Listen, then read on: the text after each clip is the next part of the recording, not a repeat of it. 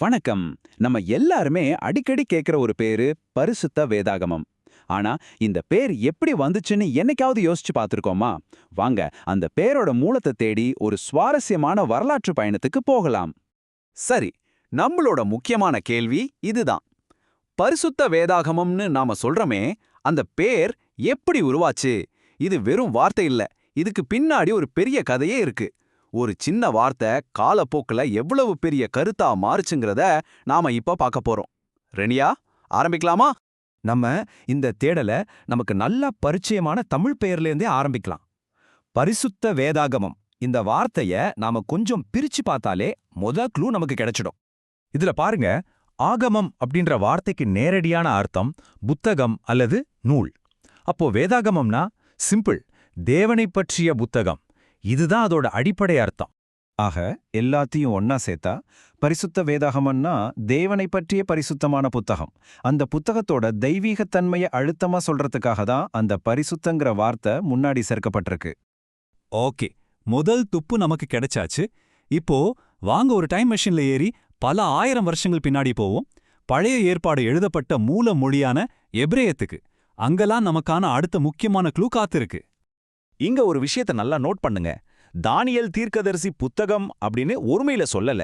அவர் என்ன சொல்றார்? புஸ்தகங்கள் அப்படின்னு பன்மையில சொல்றார். இது ரொம்ப ரொம்ப முக்கியமான ஒரு குறிப்பு. இதுலேருந்து என்ன தெரியுது? ஆரம்பத்துல இது ஒரே ஒரு புத்தகமா பார்க்கப்படல, பல பரிசுத்த எழுத்துக்களோட ஒரு தொகுப்பா, ஒரு கலெக்ஷனா தான் பார்க்கப்பட்டிருக்கு. நம்ம கதையோட உண்மையான ஸ்டார்டிங் பாயிண்டே இதுதான். சரி, இந்த புத்தகங்களின் தொகுப்புங்கிற ஐடியா அடுத்த கட்டத்துக்கு எப்படி போச்சு? எபிரேய வேதாகமம் கிரேக்க மொழியில மொழிபெயர்க்கப்பட்டப்போ ஒரு பெரிய டர்னிங் பாயிண்ட் ஏற்படுது.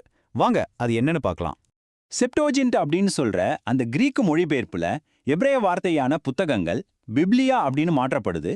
சுவாரஸ்யமான விஷயம் என்னன்னா, பிப்லியாங்கிற கிரீக்க வார்த்தைக்கும் அர்த்தம் புத்தகங்கள் தான், அதுவும் பன்மைதான்.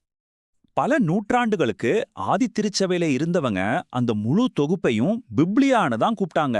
அப்பவும் அதோட அர்த்தம் புத்தகங்கள்ங்கிற பன்மையில தான் இருந்துச்சு. 4ஆம் நூற்றாண்டைச் சேர்ந்த ஜெரோம் என்ற இறையியலாளர் இதுக்கு ஒரு அருமையான விளக்கம் கொடுத்தார்.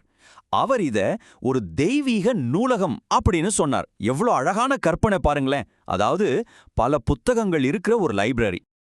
இப்பதான் நம்ம கதையோட ரொம்ப முக்கியமான கட்டத்துக்கு வர்றோம். பல புத்தகங்கள் கொண்ட நூலகம் என்ற கருத்து எப்போ ஒரே ஒரு புத்தகம் என்ற கருத்தா மாறுச்சு? அந்த பெரிய மாற்றம் எப்போ, எப்படி நடந்தது? இந்த டைம்லைனை பாருங்க. பல 100 வருஷங்களா புத்தகங்கள் பன்மையில இருந்த ஒரு கருத்து கிபி 13ஆம் நூற்றாண்டுல ஒரு மிகப்பெரிய மாற்றத்தை சந்திக்குது.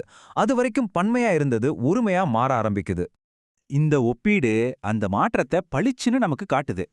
லத்தீன் மொழியில பிப்லியாங்கிற வார்த்தை பன்மை சொல்லா பார்க்கப்படாம ஒருமை பெயர் சொல்லா பயன்படுத்தப்பட ஆரம்பிக்குது. அப்போதான் புத்தகங்களின் தொகுப்புங்கிற கருத்து மாறி ஒரே ஒரு புத்தகம் என்ற கருத்து உருவாகுது. இவ்ளோ பெரிய வரலாற்று பயணத்துக்கு பிறகு நம்ம திரும்பவும் நம்ம தமிழ் பேருக்கே வருவோம். இந்த வரலாற்று மாற்றம் நம்ம தமிழ் பேருக்கு எப்படி ஒரு ஆழமான அர்த்தத்தை கொடுக்குதுன்னு இப்ப பார்க்கலாம். நமக்கெல்லாம் தெரியும், பரிசுத்த வேதாகமத்துல மொத்தம் 66 புத்தகங்கள் இருக்கு.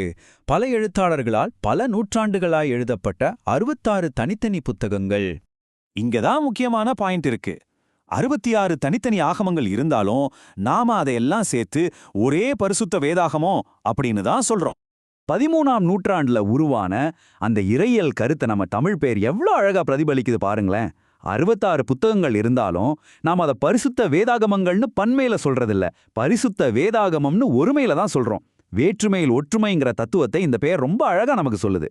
பாத்தீங்களா, ஒரு பேரோட பயணம் எவ்வளோ ஆழமான இறையியல் கருத்தை நமக்குள்ள கொண்டு வந்திருக்குன்னு. இப்போ உங்களுக்கான ஒரு கேள்வி.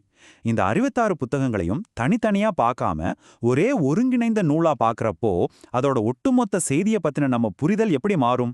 இத பத்தி கொஞ்சம் யோசிச்சு பாரு.